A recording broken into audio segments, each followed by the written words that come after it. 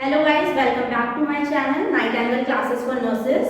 आज हम स्टार्ट करते हैं models of health and illness. उसमें हमने हेल्थ बिलीफ मॉडल कंप्लीट किया था, हेल्थ प्रमोशन मॉडल कंप्लीट किया था, the agent host environment model complete किया था। आज हम स्टार्ट करेंगे the system model of Neuman. तो इसमें क्या होता है ना कि दोनों जो है लास्ट के फोर्थ एंड फिफ्थ ये बेसिकली नर्सिंग थ्योरी पर डिपेंड करते हैं। पहले हमने पढ़ा था कि हमें हेल्थ को कैसे अच्छा करना है, अब हम पढ़ेंगे कि इसमें नर्सिंग कैसे एक तरीके से अपना रोल प्ले कर रही है हेल्थ को प्रमोट करने के लिए। तो हमारा दूसरा फोर्थ वन है the system model of human. इसमें सबसे पहले जो आता है वो आता है फिजियोलॉजिकल वेरिएबल। फिजियोलॉजिकल वेरिएबल हम पहले पढ़ चुके हैं। फिजियोलॉजिकल का मतलब ही होता है बॉडी से रिलेटेड। हमें इसमें अपनी बॉडी को बहुत अच्छा बनाने की कोशिश करनी है। वो कैसे हो सकती है, हमें पेशेंट को क्या बोलना है, हमें उसकी प्रॉपर केयर प्रोवाइड करनी है उसको। अब केयर जब हम प्रोवाइड करेंगे तो फिजियोलॉजिकल भी होगी, मतलब उसकी बॉडी से रिगार्डिंग उसको कोई भी इलनेस है तो हमें उसके साइन एंड सिम्टम्स को रिड्यूस करना है, उसकी बॉडी पे जो भी एब्नॉर्मलिटी आ रही है उसको सही करना है। एब्नॉर्मलिटी सही हो जाएगी तो फिजियोलॉजिकल वेरिएबल अपने आप चेंज हो जाएंगे, एक बॉडी इलनेस से वेलनेस की तरफ जाएगी। तो ये मॉडल इसीलिए बनाए गए हैं ताकि इलनेस को हम वेलनेस की तरफ लेकर जाएं। तो फिजियोलॉजिकल वेरिएबल में मेनली क्या आता है, केयर गिवर ऐसी प्रोवाइड करनी है, हमें ऐसी क्वालिटी ऑफ केयर प्रोवाइड करनी है जिससे इंसान रिहैबिलिटेशन की तरफ जाए।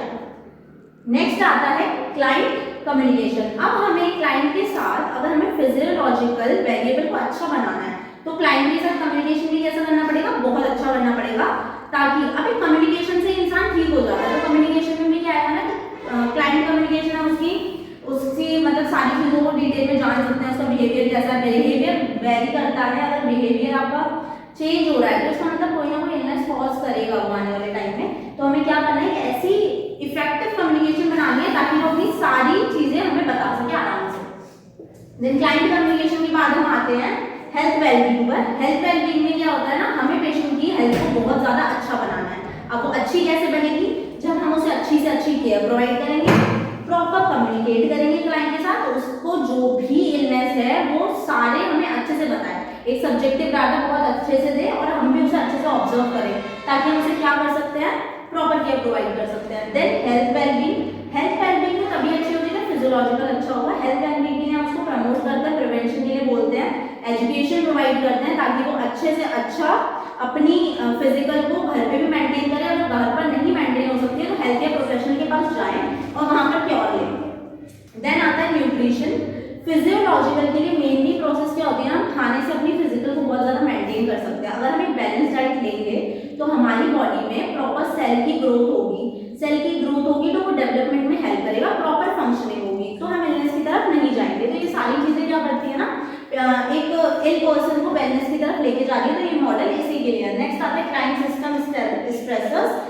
स्ट्रेसर्स होता है कॉज, जो कॉज जिसकी वजह से वो इलनेस हुई है, हमें उसके अंदर क्लाइंट को क्या करना है, उसको कम करना है मेनली। तो हम क्या करेंगे, क्लाइंट के स्ट्रेसेस को कम करेंगे। जो भी कॉज जिसकी वजह से उसको इलनेस देखने की मिल रही है उसी को हमें क्या करना है, खत्म करना है। अगर वो हम खत्म कर देंगे तो डायरेक्टली हम फिजियोलॉजिकल को बेटर बना सकते हैं, तो वो डायरेक्टली बेटर हो जाएगी, फिजियोलॉजिकली अपने आप बेटर हो जाएगी। तो हमारी केयर गिविंग में क्या क्या मतलब हम दे रहे हैं सारे वेरिएबल्स में, केयर गिवर दे रहे हैं, क्लाइंट के साथ कम्युनिकेट कर रहे हैं, हेल्थ को अच्छा बना रहे हैं, न्यूट्रिशन अच्छी दे रहे हैं, क्लाइंट सिस्टम।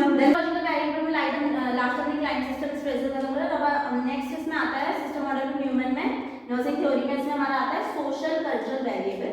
सोशल कल्चर मतलब हमारी सोसाइटी के रिगार्डिंग जो भी चेंजेस हो रहे हैं, हमने अपनी सोसाइटी को लेकर जो सोसाइटी में, जैसे हम नहीं, एक पेशेंट इल है तो वो ज़्यादा आइसोलेट कर लेता है, चीज़ों में ज़्यादा कम्युनिकेट नहीं कर पाता, अच्छे से बोल नहीं पाता, इलनेस होती है तो वो सोचते हैं घर में ही रहना है, बाहर नहीं जाना है, तो दूसरों को भी दिक्कत होती है। तो हमें क्या करना है, क्लाइंट मतलब सोशल कल्चर से वही बोल सकते हैं, हमें सोसाइटी की रिगार्डिंग बहुत सारी दिक्कतें देखने को मिलती है, ठीक है ना। कल्चर में बात नहीं, पर बात करते हैं सोशल में क्या देखने को मिलता है, प्रोवाइड पोवर्टी।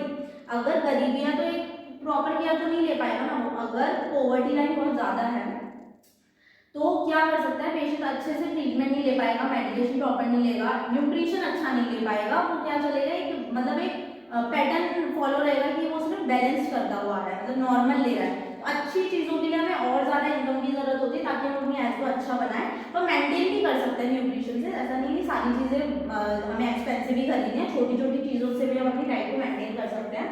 तो हमें पॉवर्टी की क्या करती है सोशल कल्चर, हमें उस मॉडल को भी क्या करना है, हमें डिक्रीज करना है, नेक्स्ट आता है कल्चर। अब हम जब कभी भी पेशेंट को केयर देते हैं तो क्या होता है ना, कुछ लोग होते हैं जो लहसुन प्याज नहीं खाते हैं, या कुछ लोग होते हैं जो कुछ मतलब होता है उनका 7 दिन के बाद नहीं खाएंगे, तो हमें उनके कल्चर को भी ध्यान में रखते हुए हमें केयर प्रोवाइड करनी है उनको उस टाइम। नेक्स्ट आता है स्ट्रेटेजी फॉर चेंज।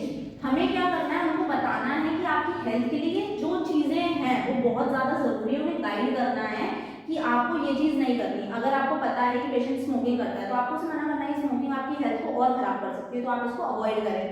एकदम तो कम नहीं कर सकते, पर उसको बोलना है कि आप धीरे धीरे करके इस चीजों को कम करें। नेक्स्ट आता है डेवलपमेंट वेरिएबल। डेवलपमेंट वेरिएबल में क्या होता है, हमें क्लाइंट्स को प्लस फैमिली को, पेशेंट को और फैमिली को दोनों को ही सेंटर में लेके केयर प्रोवाइड करनी होती है।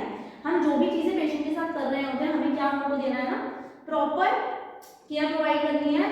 फैमिली को भी इन्फॉर्म करना है पेशेंट के साथ ये प्रोसीजर कर रहे हैं, ये चीज कर रहे हैं, फीवर चेक कर रहे हैं, ये मेडिकेशन दे रहे हैं, तो ये इसकी जरूरत है, ये उसकी नीड है, ये उसको करना है। तो ये सारी चीजें हमें क्लाइंट को भी बतानी है अगर उसके लिए नीडेड है, और पेशेंट फैमिली को तो हमें बताना ही बताना है। नेक्स्ट आते हैं एथिक्स। एथिक्स मतलब हमें रूल्स और रेगुलेशंस को फॉलो करते हुए ये सारी चीजों को हमें डेवलपमेंट की तरफ लेके जाना है।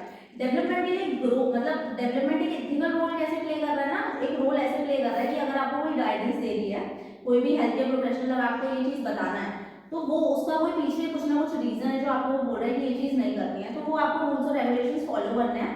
मीन्स आपको डाइट अगर बोली आपको प्रोटीन डाइट लेनी है तो आपको सिर्फ प्रोटीन डाइट लेनी है, हो सकता है सोडियम इंटेक से आपको हाइपरटेंशन हो जाए, इसका एग्जांपल होगी।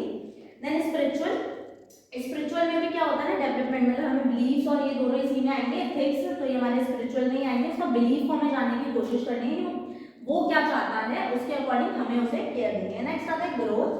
ग्रोथ में डेवलपमेंट कैसे होगा, फिजियोलॉजिकल वेरिएबल को इंक्लूड करेंगे प्लस सोशो कल्चर को इंक्लूड करके हम क्या प्रोवाइड करेंगे, उसे ग्रोथ मेंटेनेंस के लिए आगे की तरफ लेके जाएंगे।